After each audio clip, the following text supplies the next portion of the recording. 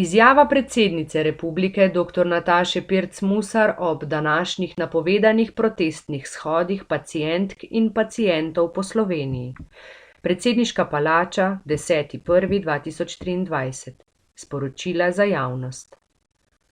Sem iskrena zagovornica vsem enako dostopnega in kakovostnega javnega zdravstva.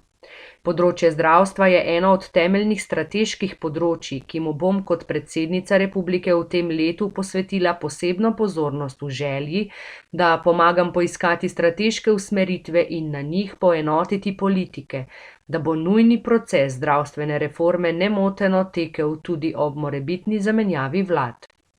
Pričakujem, da se bo kršenje človekovih pravic državljanov in državljank, ki nimajo urejenega dostopa do zdravstvenih storitev oziroma osebnega zdravnika, čim prej uredilo. Pričakujem tudi, da bodo vsi odgovorni ob skrbi za sistemske rešitve preučili tudi predloge za takojšnje ukrepe in naredili največ za množico ljudi, ki od izvoljenih predstavnikov pričakujejo, da delajo v dobro državljanov.